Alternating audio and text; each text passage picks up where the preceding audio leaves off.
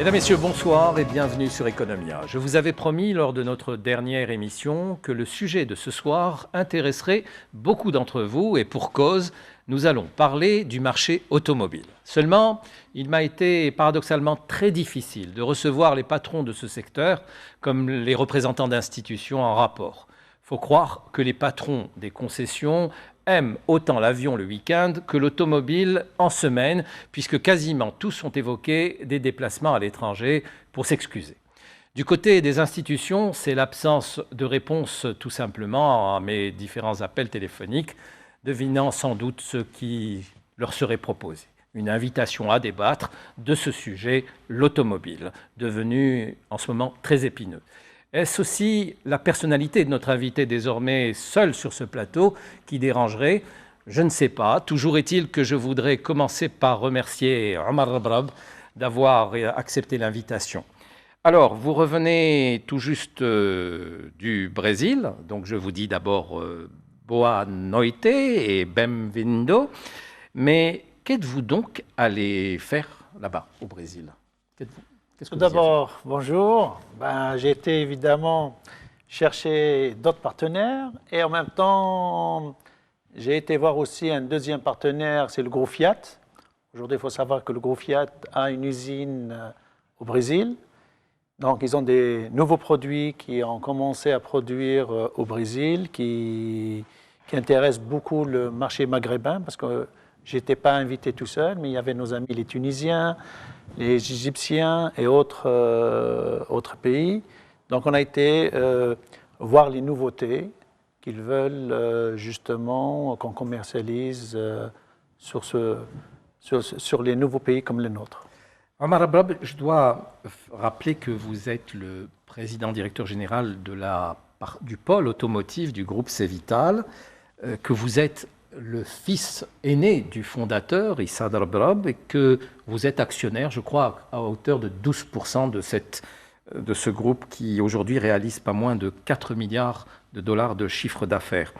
Expliquez-nous, dites-nous un peu ce que représente aujourd'hui, ce que constitue dans le groupe et ce que constitue en lui-même en termes de segment le pôle automotive. Le pôle automotive aujourd'hui, il est scindé sur plusieurs entreprises. Nous avons la marque Hyundai, qui est la plus ancienne aujourd'hui au niveau de mon pôle, qui représente évidemment le plus gros chiffre d'affaires.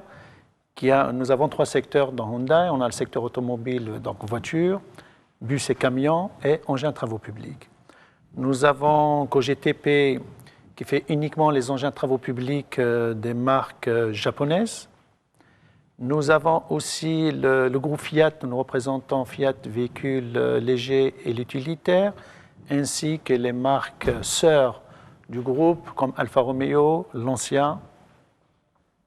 Nous avons quelques marques chinoises aussi dans les engins de travaux publics et camions. Et nous représentons une marque brésilienne aussi dans les remorques, où cela nous les fabriquons aujourd'hui en Algérie. Donc l'essentiel de cette activité, vous l'avez dit, c'est les autos Hyundai. C'est la partie automobile Hyundai. C'est toutes les marques. Tout est quasiment Hyundai avec les autres marques aujourd'hui. Donc aujourd'hui, j'ai des directeurs dans chaque business unit. Et aujourd'hui, moi, je chapeaute le pôle à ce niveau-là. D'accord, mais la marque Hyundai que vous avez défendue jusqu'à présent constitue l'essentiel de ce que vous vendez dans le pôle automotive. Comme je vous ai dit tout à l'heure, aujourd'hui, elle représente pratiquement les 3/4 de mon chiffre d'affaires au niveau de mon pôle. Et qu'est-ce que ça constitue? Alors, on va parler automobile. Au niveau des ventes, comment ça s'est passé pour 2015? Combien de véhicules vendus? Quel chiffre d'affaires réalisé? Quel positionnement en termes de classement sur le marché automobile? Donc, en termes uniquement Hyundai, on a fait plus de 34 000 véhicules, tout modèle confondu. Nous sommes classés 3e après le groupe Renault, Peugeot, et après c'est Hyundai. En termes de création d'emplois, nous avons quand même plus de 520 personnes. Nous avons un réseau aujourd'hui qui est divisé en deux. On a un réseau interne et un réseau externe. Dans le réseau interne, nous avons plus de 16 points de vente avec les 3 S, qui veut dire le service après-vente, la vente de pièces de rechange et la vente de véhicules. Et nous avons plus d'une 50aine d'agents distributeurs qui nous représentent sur le territoire national. D'accord. J'ai tenu à faire cette émission parce qu'elle intervient à un moment où on arrive au terme d'une année après le fameux décret qui a été mis en application, qui régit la relation entre les concessionnaires et les citoyens, enfin les consommateurs. Également, la mise en marche aussi de cahiers de charges. On attend d'ailleurs encore un cahier de charges pour ce qui concerne l'industrie automobile. Alors, j'aimerais qu'on parle un petit peu de tout ça maintenant. Aujourd'hui, quand on est consommateur et qu'on va dans les showrooms, qu'est-ce qu'on va quand on vient chez vous? Est-ce que je peux encore acheter un véhicule aujourd'hui? Parce que dans certains showrooms, je ne peux plus acheter de véhicule aujourd'hui. Est-ce que si je vais dans un showroom Hyundai aujourd'hui, je trouve les véhicules que je souhaite acheter? Non, nous avons quelques modèles, ils sont encore disponibles, on a encore un peu de stock, mais nous avons quand même pas mal de produits. Malheureusement, on n'en a plus de stock. Donc, nous attendons d'avoir évidemment les quotas. Apparemment, dans les jours à venir, ils vont libérer évidemment les quotas et ça nous permettra d'importer d'abord les échantillons pour les faire homologuer, parce que vous savez très bien aussi, pendant cette période, il y a eu aussi un nouveau cahier de charge en ce qui concerne la réglementation de sécurité. Donc, on doit s'adapter à l'aspect de sécurité. C'est pour ça qu'aujourd'hui, vous avez pas mal de concessionnaires aujourd'hui n'ont plus de véhicules. C'est vrai qu'aujourd'hui, le marché va complètement changer. Il va avoir un autre contexte. C'est une excellente chose. Là, on verra les vrais professionnels qui vont investir dans ce secteur. Mais il y a un très, très long chemin encore à faire. Alors, d'ores et déjà, le gouvernement a en quelque sorte bloqué le système puisqu'il a annoncé donc la mise en œuvre, donc un système de quotas qui va être mis en place. Donc on parle de 152 000 véhicules, c'est ça? Exactement, oui. Qui vont être répartis, d'après ce que l'on a compris, sur la base de déclarations qui ont été faites sur une moyenne, enfin en se basant sur une moyenne des ventes, des volumes de vente des 3 dernières années. Est-ce que c'est juste ou pas? Oui et non. Il y a, certes, ils vont prendre en considération les ventes des 3 dernières années. Ils vont prendre aussi en considération ce que les gens ont déclaré en termes d'impôts, ce que les gens ont créé en nombre d'emplois, en termes d'investissement. Donc, je pense qu'ils vont prendre en considération tout ça. Ils vont prendre une moyenne qu'ils vont mettre à la disposition, évidemment, du concessionnaire. Je ne crois pas que ce soit... Au départ, on a parlé juste des volumes qui ont été vendus. C'est ça... vous qui souhaitiez non. qu'on agisse aussi sur la fiscalité qui était versée. Non. C'est plutôt les journaux qui ont donné ce type d'informations. Mais comme nous, à travers l'association des concessionnaires, nous avons quand même des informations quand même qui sont plus avancées. Donc, ils nous ont dit qu'ils vont si parfois vous dites que vous découvrez les informations en même temps que le grand public. Oui, ça arrive, mais pas sur ce volet. Quand même, aujourd'hui, les choses ont beaucoup évolué par rapport aux autres années. Aujourd'hui, quand même, on a une meilleure communication entre notre association des concessionnaires et le pouvoir public, que ce soit le ministère du Commerce ou que ce soit le ministère de l'Industrie et même les autres ministères. Donc aujourd'hui, la communication est quand même beaucoup plus importante et nous constatons quand même, on fait quand même des débats plus importants. Donc on essaie de s'échanger des informations qui vont nous permettre d'être plus à l'écoute et donner aussi des informations parce que nous sommes aussi sur le terrain. Donc il faut savoir qu'aujourd'hui, nous essayons de défendre le consommateur, mais le climat aujourd'hui est tout à fait autre par rapport à quelques années d'avant. Alors, la mise en place de quotas, elle place un petit peu tout ce monde-là dans une situation un peu difficile, parce que tout le monde est en attente de voir ce qui va se passer. Est-ce que, quel que soit le mode qui va être adopté, vous vous en satisferez? Franchement, aujourd'hui, je ne peux strictement rien vous dire. Donc, ce que je peux dire, j'espère que les choses se feront plus équitablement par rapport et en transparence. Parce que c'est ça la vraie démocratie, c'est en faisant les choses en transparence et en démontrant comment ils ont pu donner les quotas de chacun par rapport à quoi. Si on le fait de cette façon, oui, il n'y a aucun problème. D'un côté aussi, il faut que le pays, il était temps aussi qu'on change les méthodes, parce que jusqu'à aujourd'hui, les gens, ils importaient, ils revendaient. Aujourd'hui, les concessionnaires, ils seront obligés. s'ils veulent vendre plus, c'est de se mettre à une vraie production.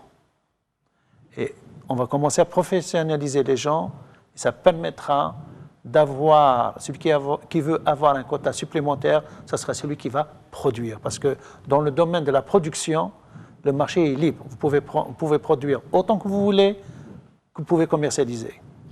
Juste encore sur les quotas avant d'attaquer la production. La mise en place de quotas doit être le lieu d'action et de nombreux lobbies aujourd'hui. Ça doit attirer de partout. C'est sûr qu'il doit avoir... Est-ce que le gouvernement pourra résister à tous ces tiraillements? Franchement, je ne peux strictement rien vous dire. Mais on saura, quand c'est qu'on sera clair là-dessus? Les gens, ils parlent au courant de la semaine prochaine. Donc, nous attendons ce type d'informations. J'espère que ça va être pour bientôt. Que va-t-il se passer lors du prochain salon de l'automobile qui va se dérouler vers la fin du mois de mars? Qu'est-ce que vous pourrez vendre? Et qu'est-ce que les autres pourront vendre? Aujourd'hui, ceux qui ont parce que, comme vous l'expliquiez, même si les quotas donc, sont clarifiés, il va falloir du temps pour amener les véhicules. Il faut même beaucoup de temps, parce qu'il faut savoir qu'ils ont mis un nouveau système. Il faut d'abord ramener les échantillons qui soient homologués, et après, en vous donnant l'autorisation, vous pouvez ramener votre quota. Ce qui veut dire, au moment qu'on vous donne l'autorisation pour importer un échantillon, ça vous prend minimum entre 2 à 3 mois. L'homologuer, ça va vous prendre, en grosso modo, 15 jours. Et après, il faut ramener votre quota, il faut considérer encore 2 à 3 mois. Donc, vous avez pratiquement minimum entre 5 à 6 mois. Donc, on va y aller vers la fin de l'année, vers septembre, octobre, que les gens pourront recevoir leur nouveau véhicule. Alors, sur la production, les nouveaux textes donc, vous invitent les premiers textes donc, vous invitez dans les 3 ans à réaliser un investissement dans la production. Est-ce que ça va être le cas aussi pour la production d'automobiles elle-même? Non, dans le secteur automobile, aujourd'hui, d'abord, nous attendons toujours le cahier de charge, parce qu'aujourd'hui, je ne peux pas m'avancer, parce que je ne suis pas au courant à 100%, évidemment, comment le cahier de charge a été fait. Est-ce que le peu d'informations que j'ai, ils ont l'intention donc... De 5 années, on parle de 5 années? Non, de 3 années. 3 années toujours. 3 années. Les gens doivent se conformer aux nouvelles règles. Maintenant, par rapport aux sociétés qui ont déjà eu l'agrément de production. Oui. Par contre, les nouveaux qui vont commencer à se mettre au niveau de la production, ils doivent se conformer au nouveau cahier de charge. Ça, c'est le peu d'informations que j'ai. Maintenant, l'intégration, à quel pourcentage il doit être, parce qu'il faut savoir, dans le secteur automobile, vous avez le DKD, ce qui veut dire un véhicule qui est fabriqué, redémonté pour être remonté. Donc il y a DKD, CKD, SKD, d'accord. Non, il y a d'abord le DKD, le SKD et le CKD. Donc, le SKD, ça veut dire le véhicule de l'usine devient démonté et vous le remontez ici. Le CKD, ça veut dire que vous faites de l'intégration nationale. Et le DKD, ce sont des véhicules qui ont été montés, qu'on redémonte. Qu'on redémonte. Et pour quelle raison? Aujourd'hui, il y a des pays qui font comme ça. Et justement, je ne vous cache pas, notre partenaire du département lourd, Hyundai, a fabriqué des camions aux anciennes règles. Ils ont voulu nous pousser à les acheter. On leur a dit non, il y a aujourd'hui des nouvelles règles. Ils nous demandent qu'on doit importer des véhicules avec les nouvelles législations en termes de sécurité. Donc, moi, j'avais refusé. Donc, qu'est-ce qu'ils ont fait? Ils ont essayé de trouver un autre partenaire. Parce que moi-même... Tiziri. Non, Tiziri, c'est lui qui avait commandé la marchandise et malheureusement, il l'a annulé. Donc, ils ont été chercher encore quelqu'un d'autre. Global Motors. Global Motors, qui est quelqu'un de Betna. Ils ont trouvé un petit pigeon. Je peux pas dire. Ça lui fera plaisir. Oui, parce que... Mais là, vous faites de la délation, monsieur Rabrak. Non, je ne fais pas la délation, parce que je vais vous expliquer pourquoi. C'est que, quand moi-même j'ai refusé, comme Tiziri a refusé, eux, ils se retrouvent avec 2000 camions sous les bras. Oui. Il fallait bien qu'ils trouvent quelqu'un qui s'y connaît en rien pour lui coller cette marchandise. Ça veut dire qu'ils vont faire le DKD. Mais il y a des autorités qui sont censées contrôler tout ça. Mais le problème, je suis tout à fait d'accord avec vous, mais le Coréen, quand il encaisse son argent, il s'en fout du reste. Le problème, pourquoi j'ai parlé de pigeon? parce que le jeune homme ne s'y connaît en rien. Donc vous défendez quelque part Global Motors. Je le défends, j'attire son attention qu'il ne va pas se faire avoir. Parce que, les camions ne sont pas encore arrivés? Parce que s'il se fait avoir, c'est l'Algérie qui s'est fait avoir. C'est ça, j'ai voulu attirer son attention. Les camions ne sont pas encore là? Les camions ne sont pas encore là. Dieu merci, parce que s'il avait ouvert sa LC, ça sera sans marchandises. Mais entre-temps, le gouvernement va le bloquer parce qu'il ne va pas répondre au cahier de charge que l'État a mis en place. Donc c'est pour ça que j'ai attiré son attention en lui disant la concurrence c'est une bonne chose, le marché il est ouvert, tant mieux. Mais fais attention, ne te fais pas avoir, parce que si tu te fais avoir, c'est l'Algérie qui se fait avoir.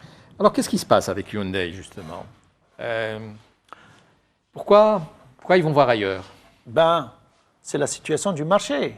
Aujourd'hui, vous n'avez pas que Hyundai, vous avez toutes les marques qui sont en train aujourd'hui de voir un deuxième distributeur. C'est à cause du système de quotas.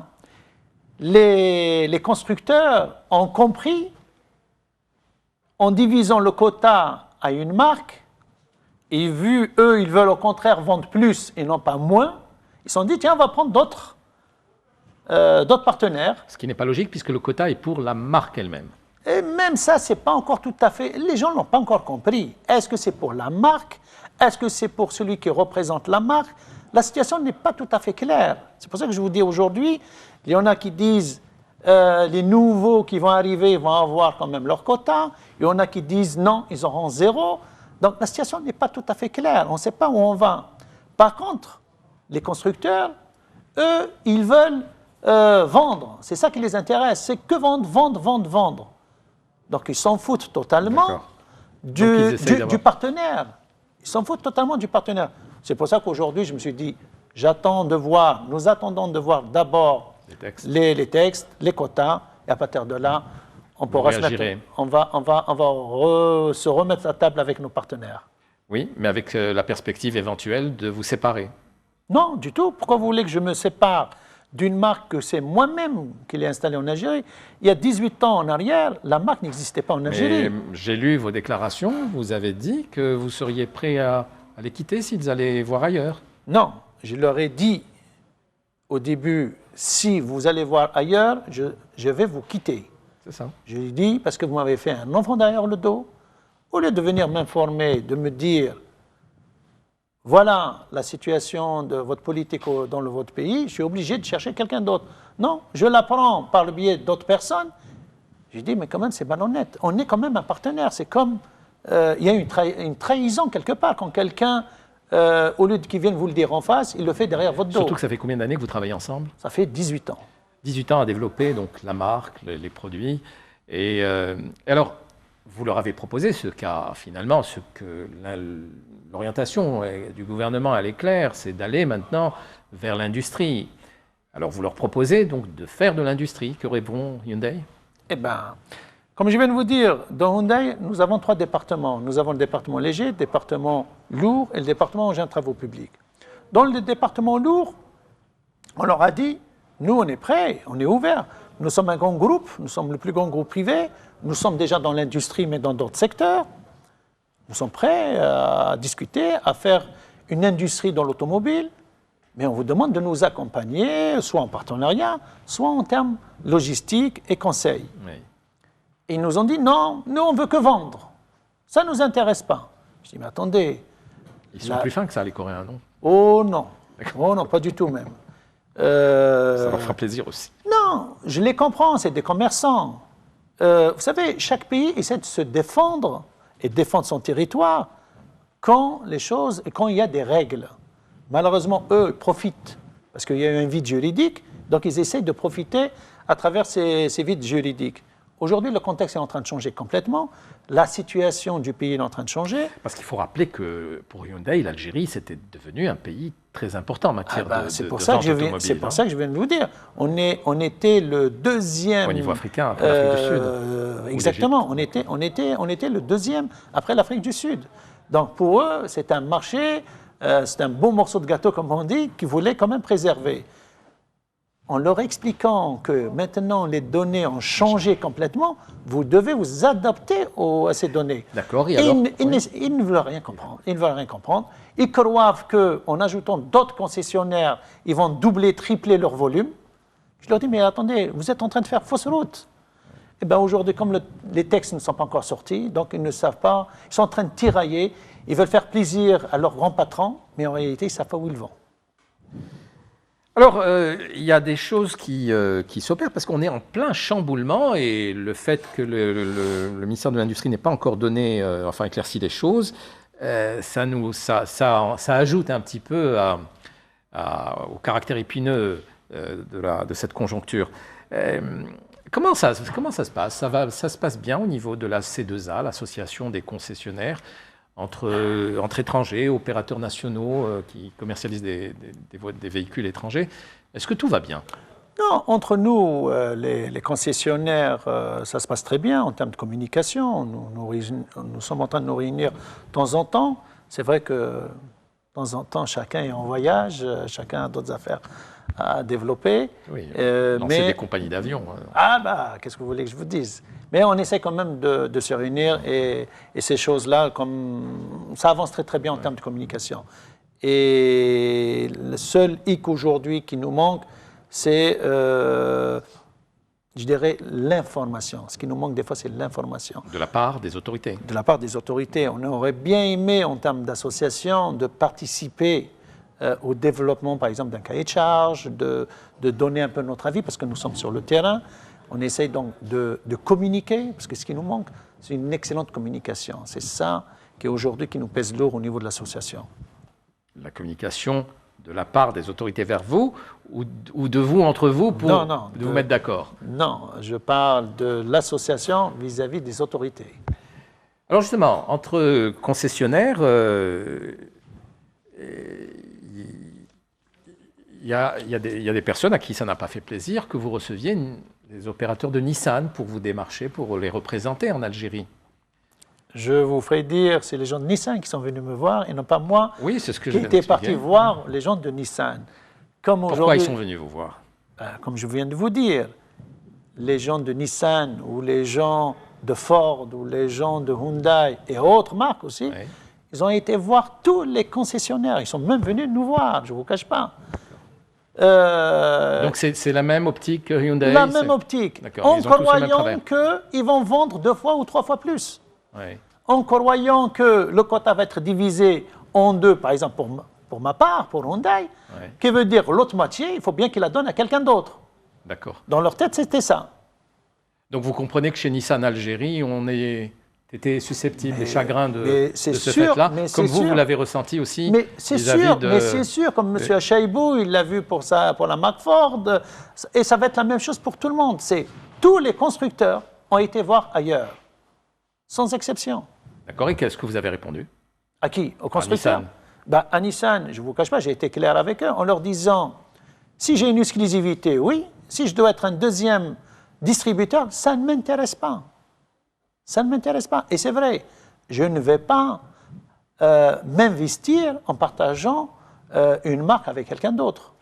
On a l'impression que le marché en ce moment est en proie à un jeu de chat et souris. Je ne sais pas si vous avez... ça met un petit peu de turbulence, ça met un peu d'animosité entre vous. Vous le reconnaissez ou pas? Oui, bien sûr, mais c'est parce que... D'ailleurs, il y a même une rumeur qui dit que on pourrait, du côté d'Iveco, vous piquer Fiat. Mais pas du tout, pas du tout, pas du tout. C'est encore des rumeurs, encore une fois. D'accord. C'est pas du tout. Donc, aujourd'hui, j'ai rien à vous cacher. Aujourd'hui, le constructeur, il cherche à positionner sa marque au plus haut. Je les comprends qu'aujourd'hui, qu'ils voient leur quota va se diviser en 2, ils essayent de vendre. Oui, parce que c'est ça l'enjeu. C'est ça l'enjeu. Le risque de voir les chiffres diminuer de moitié. Mais ce qu'ils n'ont pas compris, ces concessionnaires aujourd'hui, c'est que l'Algérie n'a plus les mêmes moyens qu'avant. Il faut savoir qu'aujourd'hui, l'Algérie, elle exportait son pétrole et son gaz, et quand les cours étaient au plus haut. Aujourd'hui, on n'est plus dans le même contexte. Aujourd'hui, il faut qu'on aille vers une production, et je dirais même plus loin, vers de l'intégration. Parce qu'aujourd'hui, si je prends le cas de Renault, je ne comprends pas où est l'intérêt de l'Algérie là-dedans. Attendez, on va y venir. Revenons à 1990, loi sur la monnaie et le crédit, qui imposait à tout concessionnaire qui s'installait de se lancer dans l'industrie dans un délai de 3 années. vous ne l'avez, de 3 ou 5 années, si je ne m'abuse aussi, Ah bon? et vous ne vous l'avez jamais fait. Vous voyez, c'était tellement...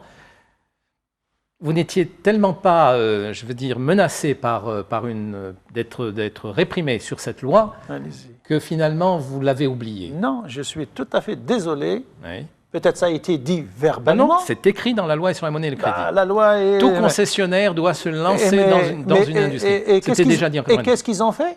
fois. Personne n'a rien fait et surtout, personne n'a rien dit. Et c'est la faute du concessionnaire? Non, justement. Voilà. Justement. Donc, il ne faut pas revenir Justement. la faute au concessionnaire. Oui. Regardez aujourd'hui, la situation a complètement changé. Là, ils disent maintenant, c'est des textes, c'est comme ça et rien d'autre. Et les gens, ils sont en train de l'appliquer. Oui. Les gens, ils sont en train de se préparer. Alors, je sais que On n'est plus dans le même contexte. Oui. Alors, je sais que au niveau des textes sur les quotas ne sont pas encore sortis. Donc, mais sur l'industrie, comment vous voyez le paysage maintenant industriel en termes automobiles? J'aimerais bien savoir qu'est-ce qui va se passer. Les téléspectateurs, ça les intéresse de savoir. Je vais vous Parce que expliquer. tout le monde annonce de l'industrie. D'abord, ça va prendre du temps, tout ça. Et en attendant, donc, vous allez souffrir avec la politique des quotas. Et pendant que tout ce monde sera en attente de cette industrie, il y en a qui seront très contents. C'est Renault et sa symbole, qui sera seul apparemment à être donc, le producteur local et efficient sur le terrain. Alors comment vous voyez tout ça? C'est l'avenir de l'industrie automobile et pour les prochaines années. Tout d'abord, tant que le cahier de charge n'est pas sorti sur la partie industrie, les gens ne peuvent pas investir. Parce qu'on est dans le flou. Il faut que d'abord qu'on ait ce cahier de charge. Et quand on va lire ce cahier de charge, on verra dans quel contexte on peut investir. Quels sont les avantages qu'on peut avoir. Et quel est le taux d'intégration qui va être exigé? Donc, au niveau des taux d'intégration, il n'y a aucun problème. Je prends notre cas au niveau de notre groupe. Nous sommes fabricants de verre, du bâtiment. On vient de lancer quelques équipements pour faire le verre automobile. Donc aujourd'hui, à l'heure que je vous parle, on fait déjà le verre automobile. Le verre automobile qui servira pour vos véhicules et pour les autres. Pour tout le monde. D'accord. Et même une bonne partie est destinée à l'export. Donc aujourd'hui, nous faisons tout ce qui concerne le plat, ça veut dire tout ce qui vient sur le côté, pour les engins, les camions, les bus et quelques véhicules. Sinon, tout le bombé, en tout cas, avant la fin de l'année, nous allons faire le bombé. D'accord, donc ça c'est quelque chose de... En termes d'intégration. Vous allez vendre à Renault? Bien sûr, pourquoi pas? Pourquoi pas? Mais on est ouvert à vendre à tout le monde et à vendre même à d'autres marques aussi. Très bien. Nous avons l'intention aussi de nous lancer aussi dans la production de la transformation plastique. Donc on va faire quelques composants dans la partie plastique. Nous allons, avec Lucchini, nous avons donc acquis l'unité en Italie, donc nous allons faire quelques composants de pièces de rechange pour l'automobile aussi. Donc vous voyez, on va se diversifier en termes de production. Mais ça va prendre du temps, non? Non, du tout. Ça ne prendra vraiment aucun problème en termes de temps. Parce que au moment qu'on aura le cahier de charge entre nos mains, on va le lire, le compte à rebours va démarrer pour tout le monde. Et alors, quel type de véhicule vous allez produire, vous? Justement, je ne vous cache pas, donc je viens de revenir du Brésil. J'ai été voir aussi nos partenaires de Fiat pour leur parler aussi de la partie production. Ils sont pour. J'ai vu un autre partenaire brésilien dans des bus. Il est partant, Marco Polo. Vous savez qui était Marco Polo? Pardon? Vous savez qui était Marco Polo? Marco Polo, c'est un Brésilien qui a démarré de zéro. Non, c'est un Vénitien qui faisait du commerce avec l'Asie et qui allait beaucoup en Chine et qui circulait beaucoup, effectivement. Non, c'est bon. Oui, mais aujourd'hui, quand j'ai visité ces usines... Aujourd'hui, les Brésiliens. D'abord, les Brésiliens. C'est une entreprise brésilienne. Deuxièmement, c'est une très, très grande entreprise. Il est sur tout le marché américain du nord au sud. Il a quelques pays en Afrique. Il est aussi en Inde, en Chine. Alors, qu'est-ce que vous allez faire avec eux? Donc, on a commencé à discuter avec eux, donc, une première discussion pour justement de faire des bus en Algérie. Donc, ils sont ouverts. Donc, on doit encore se revoir pour essayer donc d'avancer sur ce volet. Je dois retourner la semaine prochaine voir nos partenaires Hyundai parce que aussi, je voudrais les faire participer sur la partie production. J'espère qu'ils ne verront pas l'émission. Bah, si, pourquoi pas. Mais franchement, je n'ai strictement rien à cacher. Avec eux, pour clarifier quoi avec Hyundai? D'abord, ils sont intéressés de produire, mais de quelle façon? Ah, ils sont quand même intéressés de faire de la production. Non, ils sont intéressés, mais sans mouiller leur chemise. Ça veut dire qu'on est les seuls à le faire. Non, là, je vais les voir pour la partie voiture. Voiture, très bien. Sur la partie voiture, non, ils veulent qu'on fasse quelque chose, mais comment on doit se faire? Comment ils doivent nous accompagner? Comme vous avez dit tout à l'heure, c'est un long débat. Tout dépend de l'accompagnement qu'ils doivent nous apporter. Tout dépend aussi, parce qu'il faut savoir, ce n'est pas faire seulement une usine. Il faut aussi la formation. Et la formation, elle est capitale. Vous savez, sortir une voiture, c'est très facile de le dire. Mais quand on est sur le terrain, c'est tout à fait un autre monde. Voilà, c'est pour ça que vous y croyez à tous ces beaux projets qu'on nous annonce. Et à quel terme vous voyez ça? Parce qu'effectivement, il faut de la formation, il faut des équipements, il faut de l'investissement. Je vais vous expliquer. Prenons le cas de la Turquie il y a une vingtaine d'années en arrière. Ils étaient dans le même cas que chez nous. Prenez la Chine, qui n'était pas producteur d'automobiles, elle devient l'un des plus grands producteurs mondiaux d'automobiles. Quand vous prenez l'Inde, etc., et d'autres pays, vous savez, il faut bien un commencement. C'est vrai, il faut de l'accompagnement. Il faudrait aussi avoir un tissu industriel. Oui. C'est pour ça que je vous dis, j'attends de voir le cahier de charge, parce qu'aujourd'hui, à l'heure que je vous parle, si on laisse les droits de douane comme elles sont, on ne sera jamais rentable. Il faut savoir aussi, si l'Algérie va rentrer dans l'Union européenne en termes d'exonération de droits de douane, dites-moi où est l'intérêt. Il vaut mieux importer les produits en CBU que de les produire. Ça reviendrait moins cher. Et donc, vous préconisez quoi? Qu'est-ce qu'il faudrait faire? Justement, c'est pour ça que je vous ai dit, j'attends de voir le cahier de charge. Quand on verra le cahier de charge, nous allons, si on voit qu'il est véritablement bien complet et protégé, on protège véritablement le marché et les producteurs, là, oui, on pourra dire, on peut démarrer. Sinon, on voit qu'il y a des choses qui manquent, on doit encore écrire au gouvernement, leur attirant leur attention. On n'est pas protégé à ce niveau-là, on n'est pas protégé là, il faudrait absolument le gouvernement qui est dans une situation un peu difficile, puisqu'il est entre le marteau et l'enclume, entre différents intérêts, les intérêts des nationaux, les intérêts des étrangers. Ça ne doit pas être facile. Non, je pense que nos différents ministères défendent quand même l'intérêt. Non, ils défendent l'intérêt national, mais ils sont obligés aussi de tenir compte. D'abord, le marché national. Parce qu'on parle justement du marché national et on parle aussi des consommateurs algériens. Et donc vous êtes confiant, hein? Moi, pour votre part, oui. Pour ma part, je suis très confiant. Avec un taux d'intégration que vous pouvez réaliser jusqu'à hauteur de vous-même, sans attendre le cahier de charge. Aujourd'hui, je ne vous cache pas, tout dépend des accompagnements qu'on pourra avoir. Nous n'avons aucun problème, aucun souci d'acheter des brevets pour produire. Nous n'avons aucun problème, que ce soit dans la pièce de rechange, que ce soit dans le montage de l'automobile. La preuve aujourd'hui, nous, on a l'intention de nous lancer dans la production, mais on n'a pas l'intention de nous lancer avec un seul constructeur. On va investir au minimum avec 3 grands constructeurs, qui va nous permettre d'amortir, évidemment, la chaîne de production. Ça va nous permettre aussi de faire plus d'intégration. Ça va nous permettre aussi de diviser le risque par 3. Et aujourd'hui, d'être plus autonome, c'est en cas d'un constructeur, il peut demain vous augmenter les prix, demain il peut vous dire, tiens, mon usine elle est à l'arrêt, ils sont en grève. Comme ça, la chaîne de production ne va pas s'arrêter. Très bien. Voilà. Il était question à un moment donné, pour en revenir à la C2A, de créer une sorte d'alliance industrielle entre concessionnaires algériens. Où c'est que ça en est, ce projet? On en a parlé entre nous, comme ça, vaguement, ouais. Mais ce n'est pas quelque chose qu'on a approfondi. Donc le vague s'est encore plus évaporé. Voilà. Bien. Alors ici, on parlait des consommateurs un petit peu. Les prix des véhicules sont devenus chers. Alors ils sont chers pour différentes raisons. Alors quelles sont les raisons réelles? Vous savez très bien, la première raison, c'est d'abord la dévaluation du dinar, qui a quand même... on parle de 30% à peu près. Entre 20 à 30%. Donc il faut attendre minimum 30% d'augmentation. La deuxième chose, c'est la nouvelle règle en termes d'équipement. Donc automatiquement, les véhicules vont beaucoup augmenter. Donc si j'ai bien compris, donc des véhicules qui sont chers et qui vont devenir de plus en plus chers, et qu'on ne pourra acheter dans combien de temps? Quand c'est que le consommateur... Quelle est en fait aujourd'hui la demande par rapport à l'offre aujourd'hui?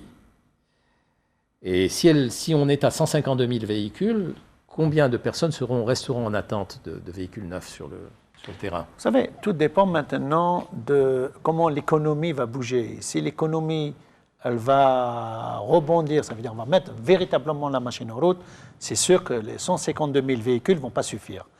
Qu'est-ce qui va compenser les 152 000? Ça sera la production. Donc les premiers qui vont se mettre à la production, ça sera les premiers qui pourront vendre autant qu'ils veulent. Oui.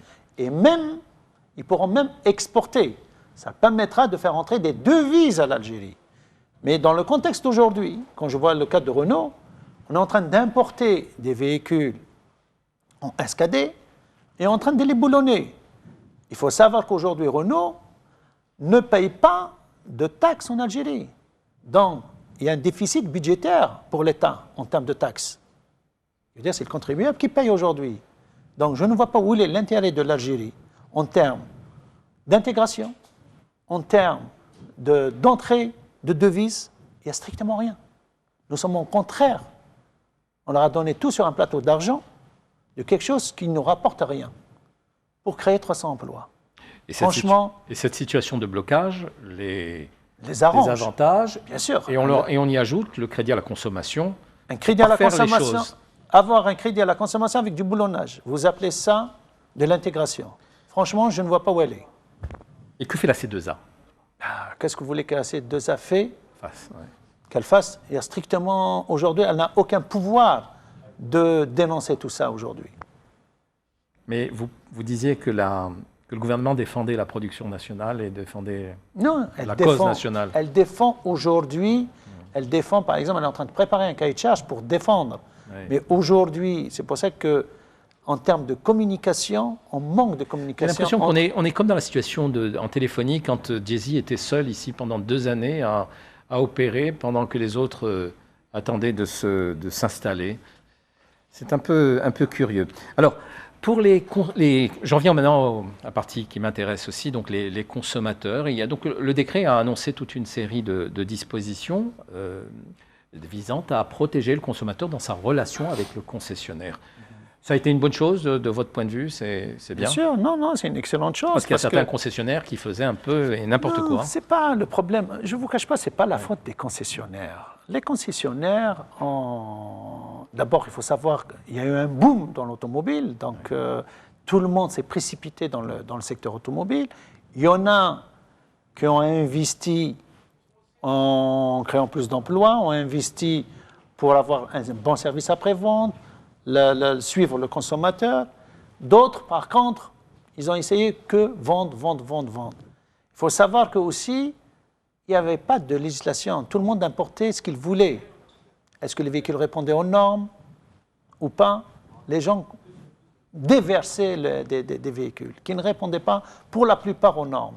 Aujourd'hui, il y a eu un nouveau cahier de charge. Aujourd'hui, il y a des nouvelles règles. Donc, les choses commencent à rentrer dans l'ordre en termes de la protection du consommateur.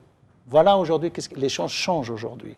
Juste pour terminer sur le volet industrie, il y a maintenant beaucoup de concessionnaires qui vont disparaître du marché, forcément. C'est sûr. Ils vont rester que des gens qui vont investir, qui croient à leurs produits, qui croient à la marque qu'ils représentent. Alors, je reviens aux consommateurs et justement, on va écouter le président de l'association de la Poste, l'association des consommateurs, qui revient un petit peu sur ce texte de loi et la manière dont les choses ont été appliquées, comment ce texte a été appliqué. On écoute, il vous interpellera d'ailleurs sur ce que vous faites aussi. Visiblement, les choses ne sont pas aussi nettes chez Hyundai. On écoute M. Zebdi. La majeure partie des concessionnaires ne respectent pas cette réglementation. Je citerai quelques exemples. Pour l'acompte, l'acompte exigé ne doit pas dépasser les 10%, sauf si la livraison se fait dans une semaine. Mais il y a plein de concessionnaires qui prennent 90% jusqu'à 100% en laissant les nouveaux acquéreurs de véhicules attendre des mois. Il y a aussi d'autres infractions qui sont commises récemment. concernant certaines options de véhicules. C'est-à-dire le consommateur a acquis sur papier, sur document, un véhicule avec plusieurs options, mais lors de la livraison, il découvre qu'il y a des options qui ont sauté, malheureusement. Donc, je dirais que c'est de la pure arnaque.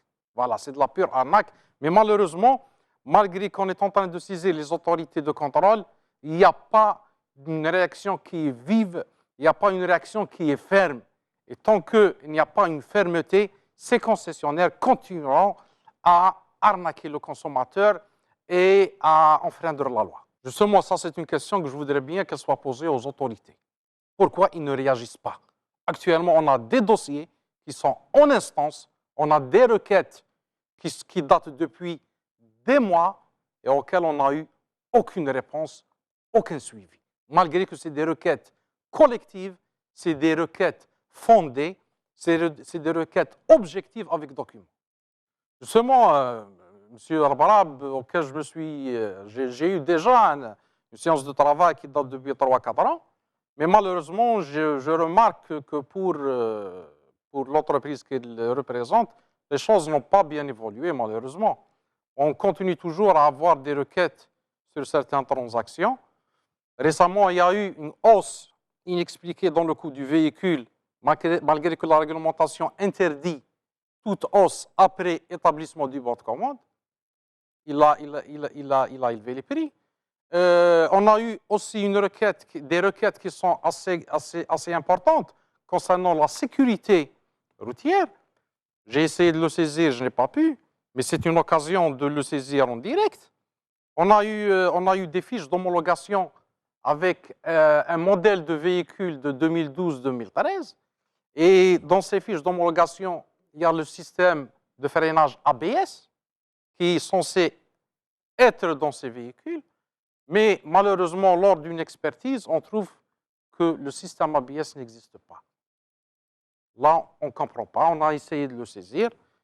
D'autant plus qu'on a eu ces déclarations ces derniers temps que les Coréens prennent l'Algérie pour une poubelle. Bon, est-ce que c'est intéressant? Parce que là, ce qu'on a, l'Algérie est une poubelle depuis bien longtemps. Hein? Donc, je voudrais bien l'interpeller sur cette question et qu'on ait une réponse exacte sur la sécurité de ce type de véhicule qui est en train de se commercialiser, même s'il n'est pas le seul concessionnaire auquel on attribue ce genre d'infraction. Vous êtes interpellé, donc bon, de manière générale, hein, il y a beaucoup de concessionnaires n'ont pas toujours été consciencieux vis-à-vis de la réglementation, de l'application de la réglementation. Alors, est-ce que c'est votre cas ou non? Visiblement, pour l'Association des consommateurs, c'est le cas avec donc documents à l'appui. Tout d'abord, je vais lui répondre. C'est tout à fait faux ce qu'il vient de dire. Il faut savoir qu'au début, il n'y avait pas de règles en termes d'équipement. Donc, on avait le droit d'importer des véhicules sans ABS, par exemple.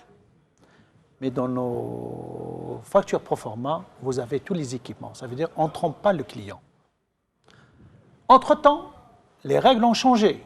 Il y a quelques modèles, on les oblige d'avoir des ABS.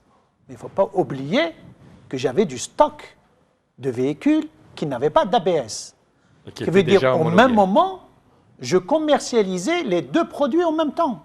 Ça veut dire, sans ABS, il avait un prix. Avec l'ABS, c'était un autre prix. Ça veut dire qu'au même moment, sur la facture pro forma, c'est très bien écrit. Oui, il m'a montré des documents. Allez-y, oui.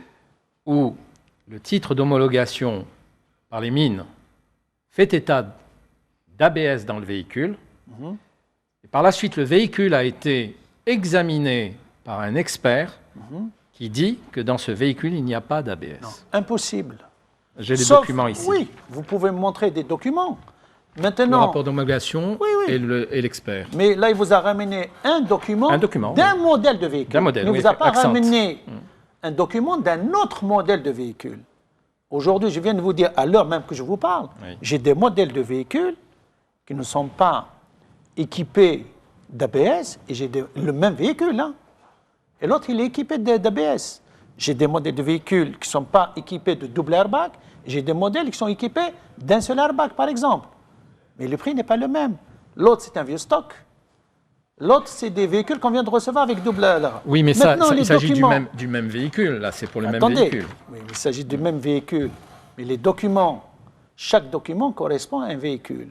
Oui. Maintenant, peut-être au niveau de notre administration, on lui a donné un document qui ne répond pas à ce modèle de véhicule. Ça peut qu'ils ont fait une erreur à ce niveau-là. Mais sur la facture définitive, c'est bien précisé que le véhicule que le client a acheté était sans ABS ou avec ABS. Dans tous les cas de figure, en cas d'erreur, vous vous engagez à réajuster les choses. Non, l'erreur, là, on parle de documents. De documents, et non pas de véhicules. Parce que sur la facture proforma, c'est bien précisé. Je parle de documents. Nous n'avons jamais trompé nos clients. Donc l'erreur viendrait donc du service des mines? Non, pas les services des mines. Qui établit ce rapport d'homologation? Attendez, je vous explique. Au niveau de l'administration, ces documents, on les reçoit, certes, on les imprime nous-mêmes et on les fait homologuer au niveau des mines. D'accord. Donc, ça se peut que, peut-être au niveau de notre administration, notre service d'administration... Et que ce soit passé au niveau des mines. Voilà, exactement. Donc, double ça erreur, peut arriver, donc, ouais. double erreur, certes. Mais nous ne trompons pas jamais les clients. On vend le véhicule avec les équipements que nous montrons, que le client, il sait qu'est-ce qu'il achète. Maintenant, vous avez d'autres marques. C'est vrai qu'aujourd'hui, le marché algérien, il était libre, avoué de lui-même. C'est vrai qu'il y a beaucoup de gens qui se sont amusés à ramener des véhicules sans équipement, parce que le marché était comme ça. Mais aujourd'hui, il y a un cahier de charge. On exige de ramener d'abord l'échantillon qui va être homologué, qui vérifie, qui répond aux normes en termes, et qui vérifie aussi qu'il y a tous les équipements ce que l'État a demandé. Là, c'est une première aujourd'hui. Oui. On a attendu toutes ces années pour commencer. Parce qu'il y a un gros problème de communication. Vous l'avez entendu. Il dit aujourd'hui, le représentant des consommateurs, on lui répond pas à ses doléances. Parce qu'il y a un gros problème de communication. Je l'ai reçu, c'est vrai, une fois, mais ma porte est toujours ouverte, il est toujours le bienvenu, bien au contraire. En tout cas, pour ma part, ça ne m'intéresse pas. Je préfère entendre ce que les clients, ce qu'ils pensent de nous, qui va nous permettre de nous corriger. Parce qu'il faut savoir aujourd'hui, j'ai plus de 60 agents distributeurs. Je ne vais pas vous dire mes 60 points de vente, ils sont tous parfaits. On essaye de les mettre à niveau. Il faut savoir que nous avons démarré de zéro. Personne ne nous a formés. On s'est formés nous-mêmes. On a appris sur le temps. Et qu'est-ce qui fait notre force? Qu'est-ce qui nous fait vivre? C'est le consommateur. Donc, pour ma part, c'est très important d'être à l'écoute du consommateur, d'essayer, je ne vais pas vous mentir qu'on n'a pas fait d'erreur. On a tous fait des erreurs, mais on essaie de se corriger. J'en ai reçu même beaucoup de clients personnellement. On essaye de les entendre, qu'est-ce qu'ils en pensent, qu'est-ce qu'ils truc. Le plus gros problème que j'ai pu avoir avec mes consommateurs, c'est les délais de livraison. Mais il faut savoir qu'aujourd'hui, je suis entre le marteau et l'enclume. C'est que j'ai commandé de la marchandise chez les Coréens, mais des fois, ils vous mettent 9 mois pour vous livrer votre véhicule. Oui. Vous vous retrouvez coincé entre le consommateur. C'est vrai que nous avons pris 10% d'acompte. Le Coréen vous dit, on vous livre les règles, on vous livre au bout de 3 mois, 4 mois maximum, et du jour au lendemain, il vous met 9 mois, 12 mois. Ça m'est arrivé même sur des modèles de véhicules à attendre 4 ans qu'on me livre. D'accord. Mais grosso modo, ça va beaucoup mieux maintenant. Quand même, les concessionnaires essayent de respecter un petit peu déjà la nouvelle réglementation. Les marques, je précise bien. Il nous reste 2 minutes, oui. Les marques, aujourd'hui, qui existent en Algérie, les marques, ils font tout pour défendre la marque. Les marques qui ne sont pas connues, c'est vrai qu'aujourd'hui, les gens ils sont là pour vendre, ils s'en foutent. Mais ceux-là, ils vont disparaître. Ils vont rester que les professionnels. Ils vont rester ceux qui vont être à l'écoute du consommateur. C'est vrai maintenant, aujourd'hui, on sent que les choses commencent à changer, à se professionnaliser et à s'améliorer. Les inquiétudes ne sont pas encore... elles sont là, chez vous, normalement. Est-ce que le fait que le baril du pétrole ne soit pas encore à bon niveau. Est-ce que tout ça ne vous inquiète pas pour vous lancer dans l'aventure industrielle? Non, du tout. Vous savez, l'Algérie, c'est un grand pays. L'Algérie, même, on est même en retard par rapport à d'autres pays. Vous avez des pays qui n'ont pas de pétrole, mais ils sont producteurs d'automobiles. Oui, mais ils ont d'autres habitudes culturelles. Mais ils ont d'autres habitudes. Et bien, les habitudes vont changer aujourd'hui. La preuve, aujourd'hui, on pousse les concessionnaires à investir dans la production. Monsieur Lablab, merci beaucoup.